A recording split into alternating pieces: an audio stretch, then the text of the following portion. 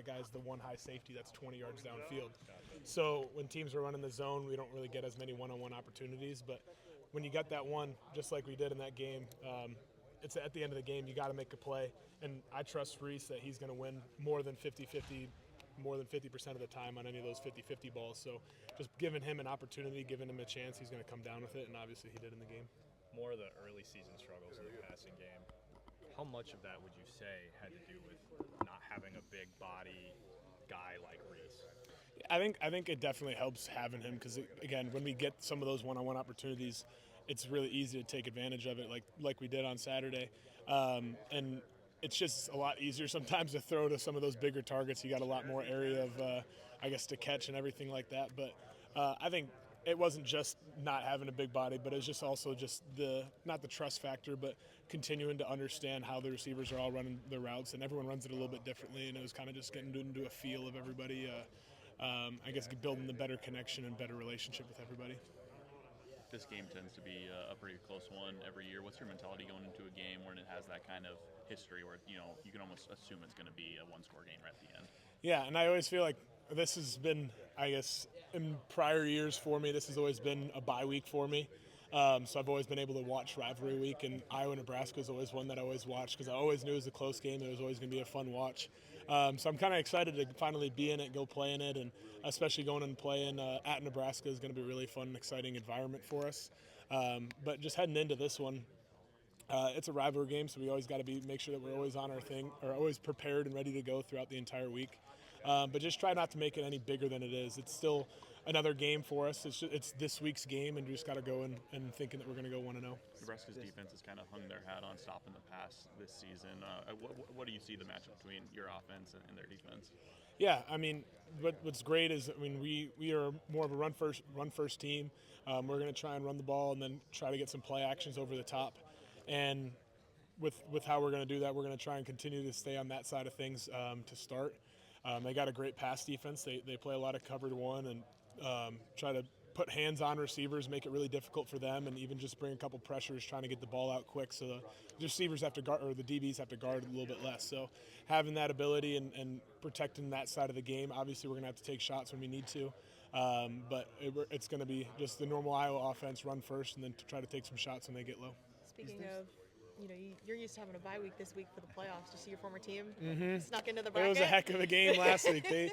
I'm so proud of those guys, and even Jack Henry, who was lower on the depth chart, being a true freshman last year and finally getting his opportunity. And obviously he didn't have a great game before that, but again, whatever it takes to win at the end of a game, like kind of like we had last week, it was really cool to see them, and hopefully they get another win this weekend in the first round.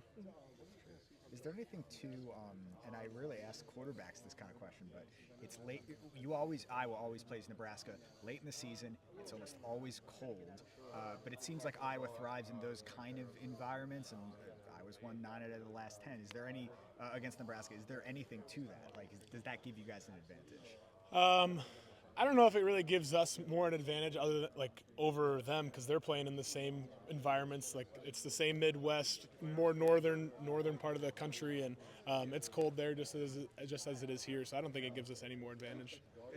Competing in Brookings, did you have any connection to Lincoln, Omaha?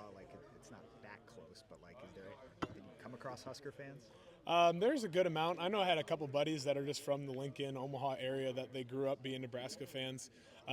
This is one of the games we'd always watch, just me and the buddies, and just hanging out during this, bye week for us in previous years. But definitely have seen some Nebraska fans, met a lot of them. I grew up with a couple back even home in Naperville. So I'm looking forward to this game. It's always been a good rivalry, and I think it's going to be really fun environment to play in. Isaiah Stallbird was an all-conference defender for you guys at South Dakota State. He started his career at Nebraska. Have you talked to him at all this week? Thanks, Mark. Talked to him about the rivalry at all? I haven't talked to him about the rivalry. I probably should reach out to him again, but the only thing I did reach out to him earlier this week, he had his first sack in the NFL for the Saints, and thought he was in some WWE event when he jumped over Kirk Cousins, which was pretty crazy.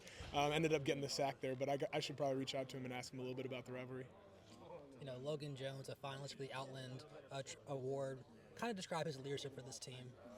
Yeah, I don't mean to call him a grandpa, but he's like the old man on the team, and He's just stays super grounded. He always stays in his routines all the time, and he's a really well-trusted person that whenever someone even needs something or has a question about whether it's just life in general, school, or if it's on the football field, that everyone feels that they can trust him and go to him with anything that they need. And he's really that calming influence that you need as a leader, and can continue to have people believe in him and always have that belief that he's going to work hard all the time, and he's always going to know the right thing to do in different situations. Fourth quarter, there was a play handed off to Terrell and lost 8 yards. Looked like it was going to be a pass back to you. Was that the call there? Maybe. Okay. That's all I'm saying. Might have been. And then we mentioned that the conditions might not be favorable. Again, this weekend might be snow. You guys played in 2 pretty messy, sloppy games this year already.